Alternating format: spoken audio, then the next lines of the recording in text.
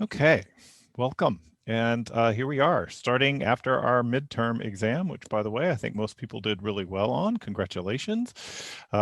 Seeing lots of really good processing of information, both in the proposals, which I'm very excited about your projects, and in the exam. So things are looking good. You're hanging in there. I know we're kind of right before elections and things are rough and the pandemic is getting worse and all of those kinds of things. So I just want to remind you to take care of yourself. Um, if you're having trouble with the class or anything like that, always be in touch with me.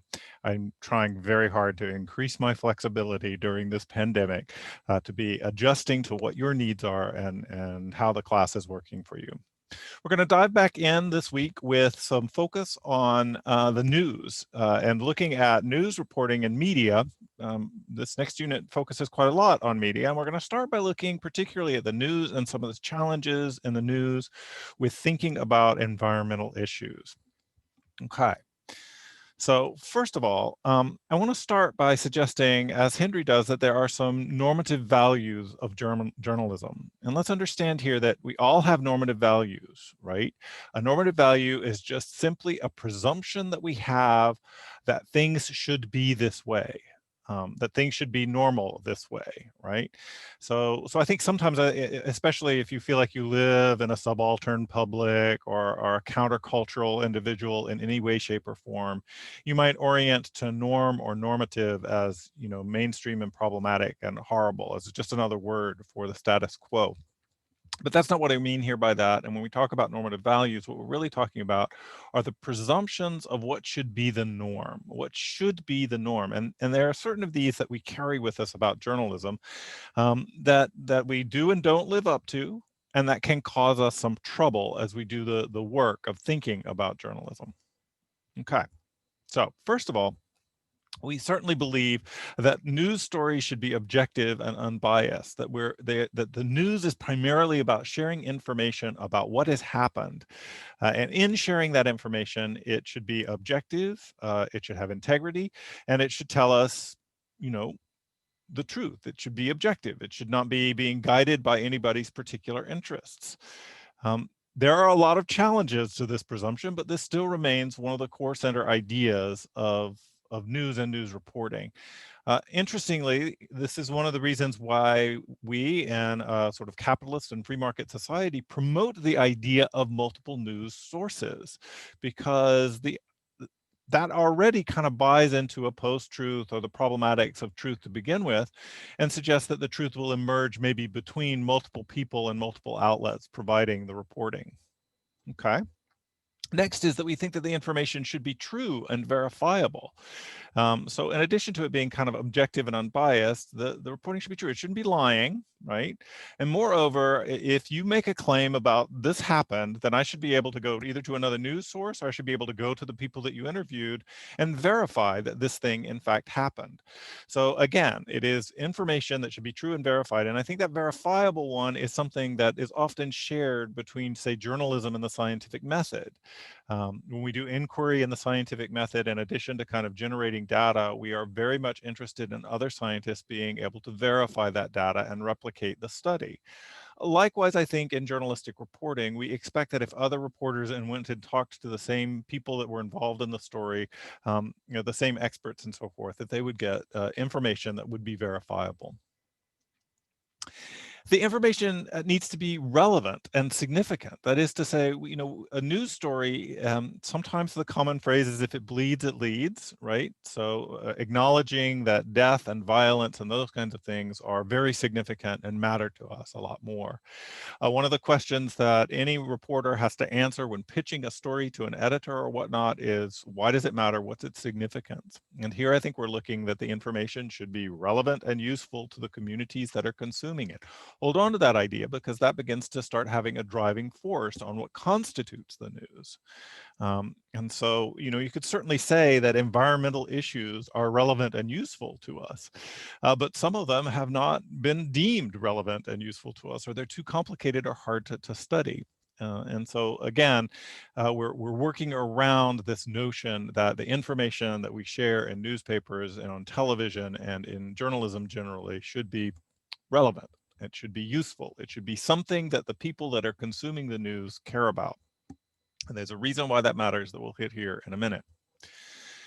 That journalism also has an ethical responsibility to the organization of the culture. This is often referred to as journalism fitting or serving the function of the fourth estate. Now, in the US, we sometimes get confused about this and think of the fourth estate as being like a fourth branch of government. So you've got the executive branch, the legislative branch, the judicial branch, and then journalism as a kind of fourth branch. The actual expression, the fourth estate, goes back to medieval structures. Where there were kind of three basic forms of power or locations of power and operation within the culture. You had the state itself, the aristocracy, so to speak, the king, the monarch, whatever the state is. The state is one estate. The people, the peasants, the common people are another estate. The clergy, the church, is a third estate. And then the idea that there might be some independent reporting of the news emerges as a fourth estate. And I think one of the ideas that we have here is kind of around the idea that sunshine is the best sterilizing.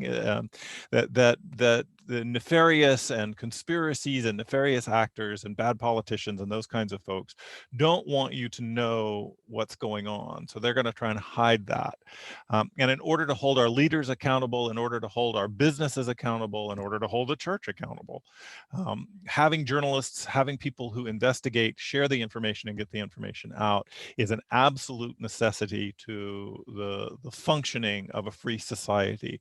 And so for this reason, journalism is protected under the First Amendment as part of the Constitution of the United States. We have our own freedom of speech, but we also have freedom of the press and freedom of religion. So that's kind of playing in that as well. Okay. We are concerned probably first and foremost in there that the information be unbiased, that it be true.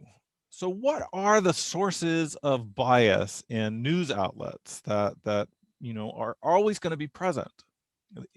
First of all, let me just start here and say it's not there's certainly the idea that Henry gives us of a post-truth society, that we don't live with truth, and that's not really what I'm operating on here. I am pointing to the fact that all institutions, all systems have biases, sometimes overt strategic biases in terms of plugging a particular issue, and sometimes subconscious biases that are sort of borne out by beliefs and whatnot that are perhaps uninterrogated, that may be part of that particular organization. But then there are also systemic biases that emerge just because of the way the organization is put together. So let's recognize first of all that somebody owns the newspaper, somebody owns the television station, somebody is responsible for that ownership. And the ownership of that company, of that organization, impacts or can be a source of bias. Often it's the case that you don't tell bad stories or investigate bad stories about the owner of your newspaper outlet. And in kind of the vulgar popular expression, you don't poop where you eat, right? And so the people that are paying your bills, the people that are paying your salary, are probably not the people that you want to investigate yourself. On the other hand, of course, if you never investigate the people that own you and other outlets are, then your bias becomes very apparent. And remember, as part of the normative tenet of journalism, we want it to be objective and unbiased. Who advertises on the outlet? Increasingly, newsrooms are tied to commercial dollars. This, by the way, was a change that happened in the 70s and going into the 80s with the emergence of things like 24-hour news and so forth. Is that prior to that, the newsroom itself was often insulated against the various advertisers and financial interests involved in the organization. And that was believed to be a thing that would allow the news to be more neutral, to be more aggressive, and to get information out. Models changed for thinking about how networks work, and certainly how cables network, that moved to ad-based journalism, right? Ad-supported journalism, advertising-supported journalism.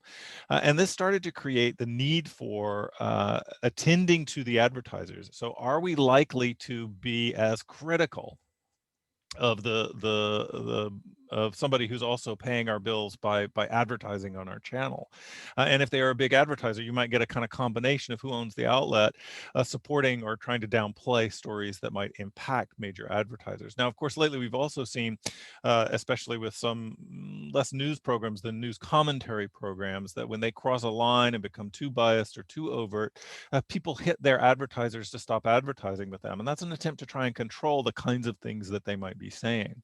So bias can come both from who owns the outlet and who advertises on the outlet. It can come from who is the target audience.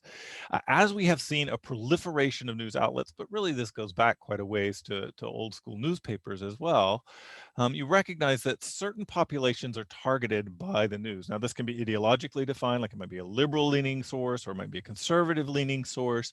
It can also be regionally based. Certainly, one of the biases of a Southern Illinois newspaper has to be that it's going to pay attention to stories about agriculture, rural living, farming, et cetera, because that tends to be what people down here in Southern Illinois are going to be interested in.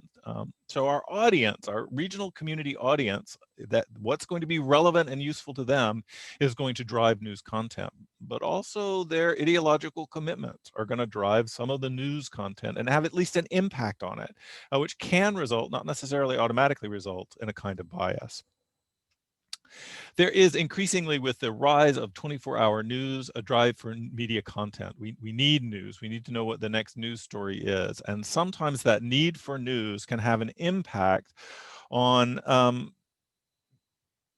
who's going to provide that story and wanting to preserve that relationship with folks to get that story. And that leads to another one that I think is really important. Those two go together, is preserving source relationships. So if I have a particular beat that might be, say, the oil industry and the oil industry's impact on climate change, I'm going to be very careful about what I say about them if I want to preserve my relationship with the oil industry. If I want to continue to get information, press releases, et cetera, from them, that might start to impact the kinds of claims or criticism or observations that can be made about things like climate change and the oil industry. This particularly plays out in places like the White House correspondents. So some folks ask why the White House correspondents haven't held President Trump's feet to the fire a little bit more. And one of the things that kind of comes up from that is part of the dance of that work is maintaining a relationship with the White House to get the information out. And especially if you're working with an administration that's willing to play favorites with particular news sources and reporters, then preserving that source relationship becomes even more important. So at one level, especially if the source itself is one that's going to come into play in the media a lot, you have to be careful at a journalistic perspective on preserving your relationship with that source. This can certainly go a different direction too. That both of my examples there presume a kind of powerful source relationship.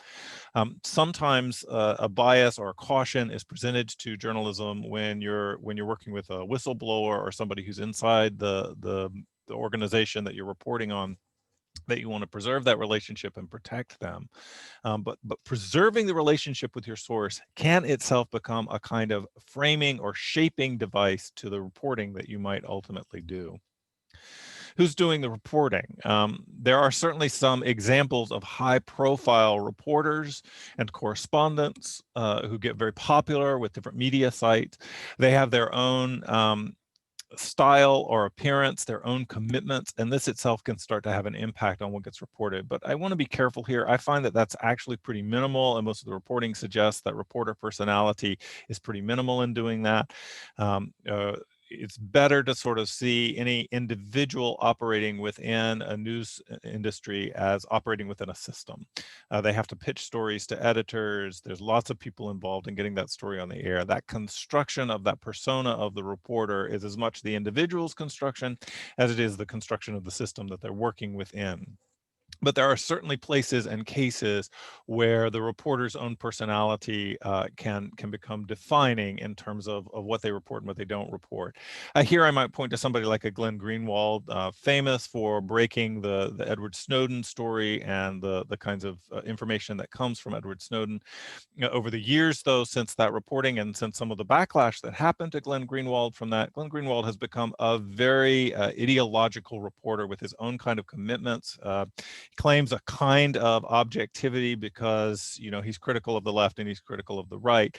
But really, he has his own increasing agenda that's been more and more celebrated lately, including challenging stories like Russiagate or any kind of connection between Russia and influences on our election, and being overly critical of those.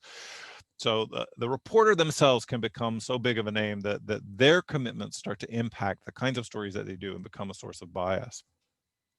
We also, I think, struggle within the news with a proliferation of information. So some of the places where these biases come about is, again, because you've got to generate content. As we've moved to things like the 24-hour news cycle, which is itself a kind of invention of cable and AM news channels, that is to say, whole networks that are devoted to nothing but the news, you got to generate content for that. And increasingly, what we see on channels like Fox News and CNN is that there are segments of the day that are set aside for what we might more traditionally think of as journalism, presenting a story, and this is what's happening, and here's the breaking news of the day. And then there are lots of other programming that's really sort of about the commentary about the news and asking questions. And these tend to be the shows like, say, a Tucker Carlson or a Rachel Maddow show that are less about breaking a news story than they are about going deeper into stories that are happening, and often with an espoused view that they're coming from to share those kinds of stories. So that proliferation of information, we live in what's called the information society. You know, our ability both through our media and our internet and online media has allowed us to circulate a lot of information, so much so that it's more than anybody can process. And this has had other kinds of impacts on how the news goes. For example, when there's so much information, we tend to want to sort it into things that are confirming of our understanding of the world. And this can create things like internet echo chambers and bubbles. So, you know, if you only watch Fox News and you never watch any other outlets of news, if you're only getting your news from places like Breitbart, or other alt-right kind of places on the internet, then that tends to reify your view of the world, the candidates that you care for, the belief that you're willing to give to something like climate change or global warming or so forth. You can talk about these as bubbles, when you stay inside an ideological bubble and never get out of it, or echo chambers where you go and you hear your own views kind of echoed back to you over and over again. Related, of course, is the idea that in social media, and here I'm talking about things like Twitter or um, obviously Facebook, those kinds of places, where not just the advertising, but the content is increasingly given to you via algorithms and ways that the content on Facebook is sorted. See, we don't actually go onto Facebook and just see what's happening with our friends who we've invited into our social network. We see sponsored content, we see the news stories that some of our friends are sharing, and increasingly the algorithms to try and highlight what we might like that are developed primarily for advertising and getting us to, you know, think about buying things, are also applying to the other content. And those also can kind of create these echo chambers and bubbles. There are some really good services that you can look at that show you what, you know, if you identify as liberal and so forth and are very outspoken about that, you are seeing a very different news feed in Facebook than, say, your conservative friends are. And there's some really good sources you can go to sort of see what that might look like differently. This, by the way, is one of the things that the recent Netflix documentary, The Social Dilemma, kind of goes at and articulates why it's a pretty big problem. I highly recommend that movie, by the way. But I would also say that this is one of the places where where we might want to pay attention to, this is one of the kinds of places of misinformation, and one of the reasons why we're concerned about the hacking of things like elections, or the squelching of information, is that if you have some kind of control over social media and what information you're getting, that can really skew your perspective of what's important, what's relevant to you, and what's happening in the world, and what's information. One of the better answers, of course, to answer this, that the social dilemma gives, is to never get your news or your video content from what YouTube or Facebook is recommending to you, but to do your own searches and to find your own things. By the way, search engines are also impacted by algorithms and tend to give you back the things that you're most likely to be interested in, rather than just a search for the term that you've looked for. The other thing, by the way, that I would recommend that gets you out of the problem of algorithm-based social media that's sort of determining your content for you, is to actually go to news sources yourself. And where normally I would say don't spend time in the comments because it will depress you and make you sad, when you go to news outlets and spend time in the comments, you are actually engaging with and encountering people who are showing up from other parts of the internet that have been engaging with different kinds of content. And at the very least, whether or not you agree with them or believe them or like what they have to say, you are at least exposing yourself to things outside of the bubble that's being constructed for you, and this increasingly bizarre and strange and manipulative social media. Um, there are lots of ways in which those algorithms that constrain and contain the content that you're going to get to see have impacts on what you understand about a given story or whatnot. And I think that going to the comments and paying attention to them, going to news sources, reliable news sources, that maybe cut across an ideological difference from you, and just seeing what they're reporting and how they're reporting, can be very informative. Even if you resist what it is that they're having to say, don't be afraid to encounter resistance. But this proliferation of information, those algorithms happen for a reason. Certainly that they have a kind of, potentially nefarious impact on what you understand. But overall, there's so much information.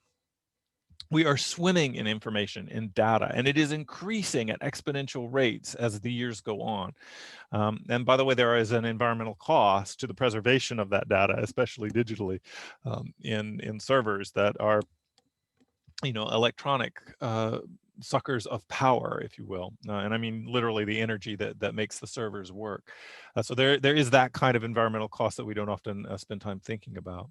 But the function that's happening here is that there's so much information and you can get lost trying to swim in it on yourself. So, on the positive side, your social media and whatnot's trying to cater to what you like. Here, we can weed out all this other stuff that you don't care about. Here's what you should care about. Of course, the danger of that is, even if we get away from the idea of the nefarious, is if I tell you, or if I communicate through various means to my social media that I don't care about environmental issues, or that I think that global warming is a hoax, I'm going to get that confirmed to me over and over again by the news that I see. And the ability to break through that and give me new news or different news is a little bit difficult. Okay. A big challenge for environmental reporting has been that the news has very traditionally and still perpetuates in a kind of story and event focus. And of course, what I mean by this is we can start with the focus on narrative. We call them stories, right? There's a story in the Times today. There's a story on CNN. So we already kind of focus on the idea of narrative.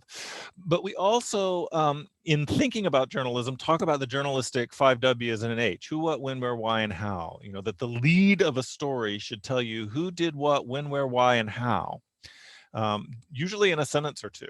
Now, some contemporary journalistic practices are moving away from the 5 W's and an H, but at the very least, all stories are sort of framed around this idea that somebody did something, somewhere, somehow, at some time, and in some place. And all of that becomes part of the focus of the narrative structure of the story that wants to center on the idea of the story. The story is also typically identified around an event. Something has to happen, and it has to be relevant to us. Now, that happening itself might be part of a longer issue, right? And this is a thing that really causes trauma for things like climate change. So look, we can talk about climate change in the broad strokes, but are there specific events that are caused by climate change? Were the wildfires caused by climate change? Were the hurricanes and the large number of named hurricanes this year caused by climate change? Of course, climate science is very cautious about talking about cause, but a good story wants to know why a thing happened, which is to ask what caused it.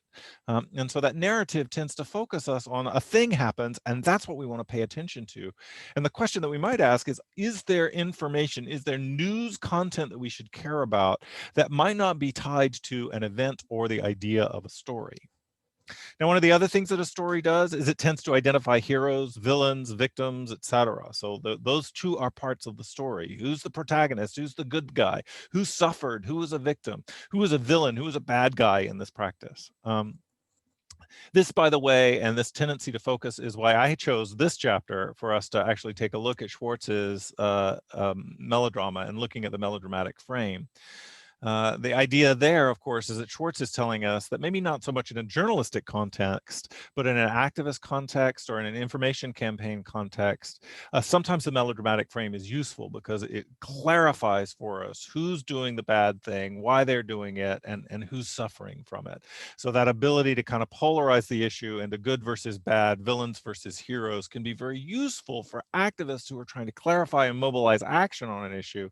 But that remains a kind of troubling issue of a story and event focus of journalism, is that it tends to want to tell us who's the good guy, who's the bad guy. And then, of course, in confrontational journalism, you want to go find the bad guy and get all up in their face and do kinds of stunts to make them look bad, right? Okay. Again, kind of going back to that problem with reporting global warming or those kinds of issues is if we can't identify a cause for why this thing is happening, or if the cause is vague or ambiguous or multiple, then that becomes itself a kind of problem in terms of understanding more complex issues. What causes climate change, for example? For a long time, denialists and challengers of the science were able to sort of push off treating climate change seriously because they could find diverse causes, and the anthropogenic or human causes of climate change couldn't be isolated or alone. Of course, we can't today say that humans are the only or sole driving force of climate change, but we are certainly having a significant impact that is having an impact over and against what might have been more natural factors that tend to cause climates to change, usually more slowly over greater periods of time. And so that tendency to want to focus on causes can be a real challenge. Think again here, I would say, of the wildfires in the West and the multiple arguments that different media outlets had for why that was happening and what the cause of it was and who they wanted to blame as the villain. Is it the fossil fuel industries and the government supporters of fossil fuel industries that are allowing for greenhouse gas emissions and therefore climate change and the climate change impacts that leads to something like the wildfires out west? Is it instead bad forest management and shame on California for not raking their forests, and or the controversies around things like prescribed burns and our various cultural perceptions about whether that's a good thing or a bad thing? And we also have, again, I would say related to this is that there are elusive hazards or systemic problems.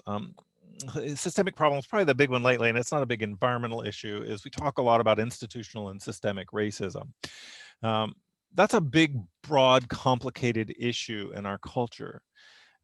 It is one that is easier to talk about when there's something like the cops or police killing somebody of color in their custody, and then taking a really close look at it and then talking about institutional racism. Well, what does that mean? Isn't it just racism? These white cops killed a black person who, they were trying to arrest. And then we get into all the kind of back and forth about, well, they were criminals, they should have been law and order, and all of those kinds of arguments. Talking about systemic racism and institutional racism is difficult because it's broad, it's elusive, it's big, it doesn't lend itself to a kind of story or event, even though it does cause or have an influence on particular stories and events that happen. So it's kind of like a sort of social equivalent, if you will, of climate change. It's not, it's not the only thing that caused, say, a George Floyd or Floyd George, to die in the custody of police, but it sure is a pretty big factor. And I think one of the things that kind of happens around the question of, say, isolating of causes or narrowing things down to a story and event focus is that we want there to be one cause. I want to be able to say he should have just followed the law and nothing would have happened. And that's easy arguments, but it ignores things like complex systemic problems or elusive problems that are hard to see. An example of an elusive hazard in environmental issues might be things like broad form toxicity like off-gassing, or maybe even better, endocrine disruptors from plastics. Like, we tend to love to talk about plastics in terms of things like the big gyre in the Pacific Ocean of plastic garbage, or how could we clean up plastic in the oceans. Yeah, that feels like a story. There's this big event. You could sort of go see it, but it doesn't really look like what it looks like when they describe it, right? We can show plastic floating in the ocean and boom, we've got a story. But when we want to start talking about something like endocrine disruptors, then we got to talk about a plastics industry over time.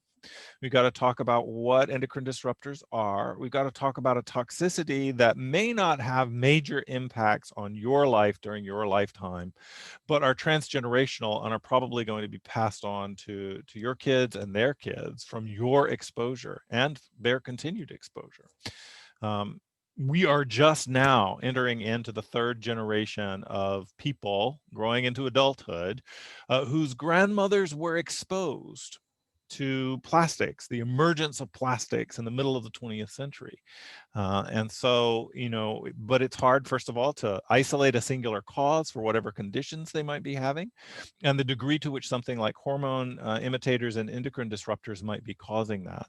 So endocrine disruptors, I think, are probably one of the biggest examples of toxification of the environment that our industry and consumer culture are causing, that we don't talk a lot about. And we can go back to things like plastics are convenient. As audiences, we're probably, most of us, happy with our plastics.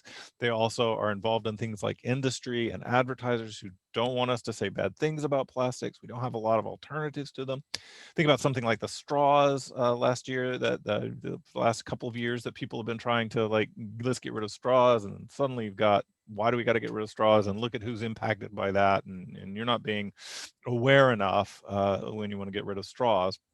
And so the ban on straws or the ban on plastic bags have all become kind of downplayed as a story. That story is over now, even though the concerns about harms from plastic in the ocean or harms from plastic to us and the kinds of chemicals that come off of plastics and affect our genetics are still very real. But after you've scared people enough over one kind of event or one kind of uprising about that, that story tends to go away, even though we haven't really addressed the problem or dealt with it very much. So another big idea that I think has environmentalists and as people concerned about how environmental issues are reported in the news, we need to address this problem of the myth of balance. And the myth of balance is we're probably most aware of it in relationship to stories about climate change. This issue has come up a lot. Of course, the myth of balance is the idea around the concept of objectivity, that journalists are going to demonstrate their objectivity by reporting from both sides.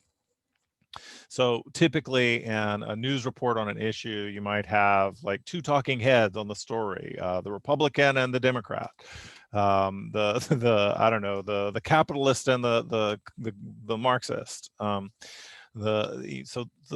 representative from industry, the representative from higher education, those kinds of things, and that presumably, you've got these two diverse people and the truth is going to emerge between them. There are some questions, right? And we might ask about this is, well, are there not more sides? Right now we're having this, we live in a two-party system politically. So we tend to think about Democrats and Republicans. And so when we want to do things, we tend to get our Democrats and our Republicans. Well, what about libertarians? What about Green Party? What about independents? What about, all of those voices sort of get erased, especially in debates, right? Because they don't fit to our political system, which wants two parties. And that's a bigger story than journalism here. So we'll save that for another day. But at least within our journalistic model, this notion of both sides is pretty important. Now, this, by the way, you can at least trace in spirit back to folks like Socrates and Aristotle. Socrates' embracing of the dialectic of a dialogue between people who disagree. And Aristotle's doctrine of the mean, the idea that the truth emerges between a successful articulation of opposing views, that really you take two extreme views and you give them space, and the truth will emerge between them. So that's been with us for a long time. Unfortunately, I would say the analysis and the way that we do this in our journalism today doesn't really focus on the mean, but tends to focus more like sport on who's going to win the debate, who's going to win in the controversy on the reporting. And so that ends up being why having the both sides, and why we want to reduce it to both sides, because it's too complicated if there's too many teams playing at once. There's a reason why we don't play football as a grand battle royale between 7 teams playing on the field all at once. It's more interesting and plays within our notions of drama and our notions of activity when it's one team against another and we've got two sides and they are more or less equally matched. But are they equally matched? And that's one of the issues that's often come up with climate change. Because, in our push to report both sides, we've sometimes ignored the fact that it's 97% or more, depending upon how you want to add it up, of climate scientists, of peer-reviewed climate researchers, people engaged in that, understand that there is a significant anthropogenic cause for climate change. Okay. When we bring in the skeptics on the other side, or the folks who are working in the fossil fuel industry to articulate another position, they really are operating within, at least on the scientific consensus side, a minority, a small group of people who are articulating that position. So are the sides equal? And by the way, articulating the degree to which one side is more dominant or has more support or has more people adhering to it, or within scientific research, more folks achieving a scientific consensus, is not often part of the reporting when we play the both sides game. And our tendency to be critical or aware that a dominant culture can tend to marginalize portions of the culture that don't fit within that identity. And then increasingly a critical awareness wants to say, hey, we need to find a way to understand why these folks are marginalized and bring them into the center and give them a space and a voice. That same ethos around diversity starts to play out in relationship to knowledge and knowledge claims. And suddenly a big multi-billion-dollar fossil fuel industry starts looking at this poor marginalized minority in a climate change debate who gets to have that kind of voice in terms of what we're speaking. But at the end of the day, what they are offering is not on the same equal footing as the kind of expertise that's talking about what's happening with the climate. And so the tendency to kind of not just say both sides, but to try and present both sides as equally valid and equally supported in the culture or in the research becomes kind of a disingenuous problem in terms of reporting it. I would also say that we have a kind of impact on our reporting and an impact on how we report that is politically influenced. So, we live in a culture, especially in the US, that assumes a kind of two-party partisanship. Now, we call that Democrat and Republican, but we also kind of code that otherwise, where we sometimes talk about liberals versus conservatives. And, we can also sort of say kind of individually focused versus collectively focused, and get another kind of thing going on there. We could say sort of the more socialistically bent and the more capitalist bent, if you'd like.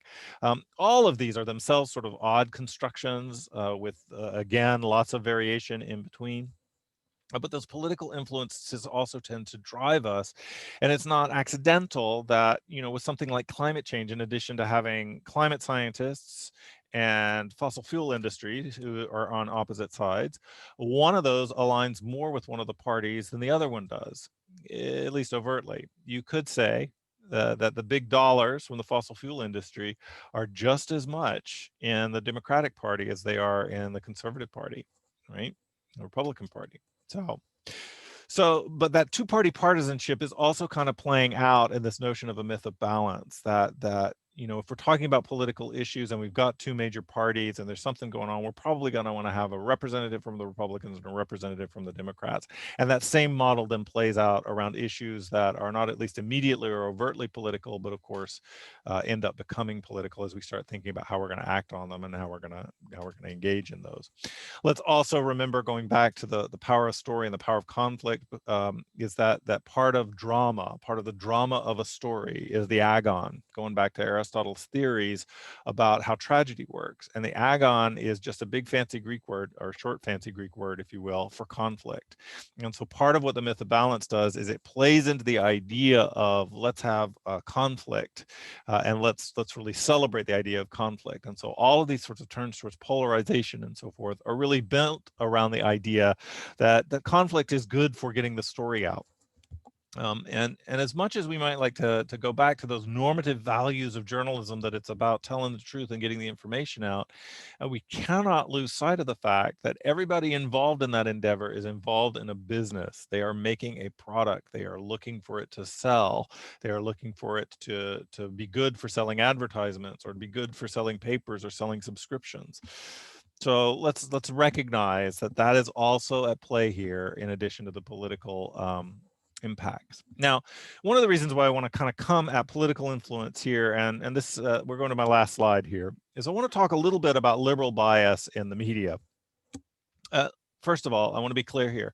It is quite possible for liberal bias to exist in the media. It's quite possible for there to be a liberal bias in higher education. I am a very leftist professor here. You might have picked up on that.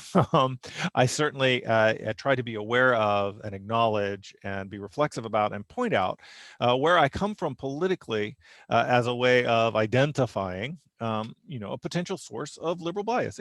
It's there. Okay, that does exist. At the same time, though, a lot of times liberal bias, or its shortened form of fake news, gets played out in relationship to the news itself and what's happening in journalism. And so I want to recognize that really, both in terms of in higher education and in terms of in how journalism works when I think it's working, there are certain qualities about it that we value that themselves tend to get associated or criticized with a liberal bent.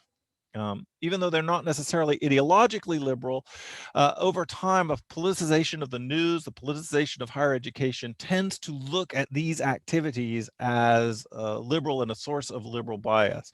By the way, these are criticisms that often come from the right, but when we investigate them further, that what they're calling liberal bias is often a challenge to things like assumptions of the scientific method, assumptions of inquiry in higher education that have been with us for a long time, and really assumptions of journalism as well. So what do I mean when I'm talking about this? Well, first of all, a good story, a good research, et cetera, is going to rely on multiple sources and diverse sources. So right there, right, that diversity probably should like throw you a little bit if you're concerned. In conservatism, there is a tradition, and it is true, and there is one truth. In a kind of investigation, a journalistic investigation, we are skeptical of a one truth, and we look for diverse sources. We look for multiple sources. First of all, looking for, is there confirmation among the multiple sources? Can I find a confirming source for a claim that's made by one source? But that emphasis on multiple as opposed to singular sources, and being willing to look at multiple sources of information, already lends itself to that, the multiculturalism and diversity, if you will, that is celebrated on the left.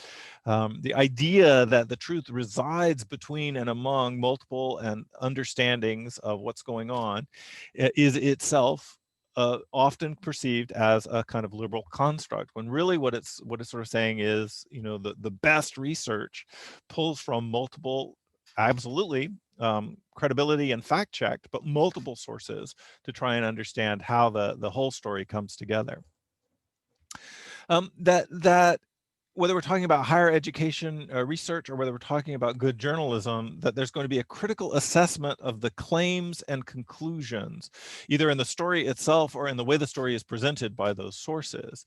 So, a journalist is going to say, does that claim pass the smell test? Is there evidence to support that? Can you support that conclusion? What's the evidence to support that conclusion? Likewise, in research, whether we're talking about some kind of scientific research, the scientific method, or even more critical research and subjective research that maybe takes place in the humanities, there is still a critical assessment of the logical structures of the claims. Is there evidence to support the premises? Do the premises lead to that conclusion? And can you show the warrants or the reason, the rationale for how those premises lead to the conclusion that you are making from it? That critical assessment of how we move from premises to conclusion, that willing to challenge an argumentative structure and see, how well it stands up rather than just taking it as a given, is itself part of the liberal arts, part of a higher education practice. It is never celebrating a source as already established and pure and good.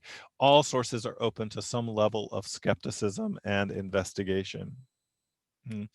I would say that the related to that is that with any source, with any speaker, with any person, there's always some degree in good reporting of a suspicious that we're going to be suspicious of intent. What's the intent? What are you trying to do here? We want to be able to identify what your intent is and see how that might be impacting the arguments that you are making. So we're going to be suspicious of that. These two, but taken together, by the way, the critical assessment and suspicion, I might kind of lump together and call a kind of skepticism. One of the practices that I think I encounter in comments online when I go to the comment section is I think a lot of folks coming from a lot of different ideological backgrounds, but from my perspective, I see a lot on the right and folks who are kind of doing a vernacular support of right-wing and conservative positions, is that they'll embrace the first half of skepticism, which is to ask questions. To doubt and to ask questions, to be suspicious and to be critical and to ask those questions. But the second half, of course, is always to seek answers to those questions, right? And to go to credible sources and see what's the evidence here. So, let's say, for example, if you question, you might question, like, how do we generate the count of cases? If I take for COVID-19, if I take a test on Monday and I test positive, and I go back on Thursday and Sunday and get tested again and I test positive, is that one positive case or is that 3 positive cases? And could that explain why we have such a high case count? Because we're doing all this testing to kind of go with the president. That's a really legitimate question to me, by the way, and I think that that's a fair question to ask. It is also a question for which there is an answer. And what I discover, in conversations or debates or flame wars or whatever online, is that people are willing to ask those questions and then provide the answer themselves from their own speculation rather than going and finding out. You can call up, for example, Jackson County Health Department and ask them, hey, how are you counting cases? And do multiple positive tests in the same person yield multiple cases in your count? And they will tell you, as they told me, no, it doesn't. No, no, no, no. That would count as one case. We're talking about one individual case. And so that testing, even though they've had multiple tests, are all about that one case, and that case would stay positive and be reported as a positive case. So that notion of being suspicious and that notion of being critical, it definitely starts with some skepticism and asking questions, but to move beyond skepticism to a real critical assessment, you got to then go do the work to find answers to the questions that you have raised, either asking the source itself, but usually asking the source itself and looking for confirmation among multiple other sources. Whether we're talking about higher education or whether we're talking about journalism, usually what gets touted as a kind of liberal bias is that it encourages some self-reflection. Right, that the reporter, first of all, tries to be objective, but has to, at some level, acknowledge, especially if it's relevant to the story, what might be sources of bias. And whether that becomes part of the reporting or not, part of the investigatory process is at some level finding mechanisms, either working with an editor or working with other reporters or checking against other folks, where you might be missing your own, to use ableist language here, blind spots, or places where you're not attending to your own biases going in, or your own bent or perceptions on the story, that give you an opportunity to look at the information a different way. We call this reflexivity in higher education, this capacity to be aware of and to acknowledge where you are coming from. And increasingly, as we challenge in a post-truth society or otherwise, as we challenge the idea of whether one can ever be completely neutral or completely objective, one of the mechanisms for acknowledging that we can't be, but also a mechanism for trying to move a little bit closer to it, is this capacity to acknowledge our own biases. and increasingly with punditry and all of those other kinds of news programs that fill up the cable news networks or AM radio stations that aren't reporting news but are doing commentary about it or having conversations about it, people don't want to acknowledge or be reflexive about how their own values might be skewing their perspective on the issue that they are talking about. Okay, last here is, and this one is an odd one, right? And it has been really at the core of, I think, our Trump administration response to coronavirus. And that is that from a scientific perspective, even from a journalistic perspective, from a higher education perspective, our change in understanding is good. When we get more data, more information, and we realize that our first understanding of the situation was wrong, we revise it and we come out with a new understanding based on new data. Okay. There are lots of examples where that change in understanding is used as an attack on credibility. So for example, in climate change denialism, one of the popular kind of arguments against climate change in climate change denialism against climate science has been, oh, you can't trust those climatologists. Back in the 70s, they were telling us that it was global cooling, not global warming. And there was briefly an understanding that climate change might include some global warming, that there might be impacts on that. But really, that was a brief moment that was investigated, and the data did not support it. When it was being investigated, it was reported in the news. But now that change or that flip-flop is used as evidence that you can't trust that science because they keep changing their minds over what even is climate change. Now keep in mind, as I think I pointed out here before, that climate denialism has its own set of shifting and modified behaviors. Initially, climate change denialism started with that climate change wasn't happening. Then it was that it's happening, but it's not being caused by human beings. Then it's that it's happening and human beings maybe have a minimal input in it, but it's not significant. The current one really seems to be that it's happening, that humans have a significant input, but there's nothing really that we can do about it, and it would cost too much to try and address it. All of those, it seems to me, are changes over time of denialism. We don't, I guess I'm pointing them out now to sort of show, hey, denialism, you've changed as well. And really what I should be celebrating there is that the attempt to try and challenge the broad scientific consensus of climate change and the skepticism that's been brought to it, at least over time, has slowly had to acknowledge that some of that data was accurate, even as it still tries to do the preservation of error. Preservation of error, by the way, is a concept pulled from Stephen Kuhn's look at the rhetoric of scientific revolutions, where he says, look, when you have a scientific paradigm that dominates, and you start to get data and information that challenges it, there will be a time where the dominant perspective, the dominant understanding of that phenomena is going to do anything to twist the data to maintain the preserve the dominant understanding of that particular phenomena. And that at a certain point, that effort at preserving an error will collapse under the weight of the data that really does bring you to a change in our understanding. And therefore, change in understanding is good.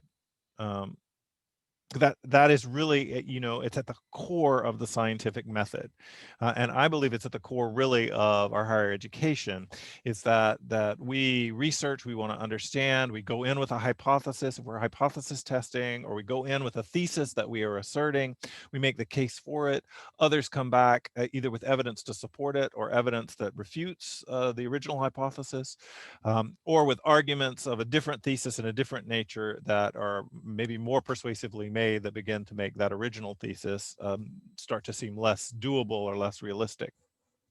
So again, change in understanding is good. That's part of that. That's sometimes attributed to a liberal bias, in part because a kind of philosophy of conservatism is that there are eternal truths that do not change, and those are the ones that are worth clinging to, whereas the liberal bias and the liberal bias of inquiry really is based on the idea that understanding can and does change over time.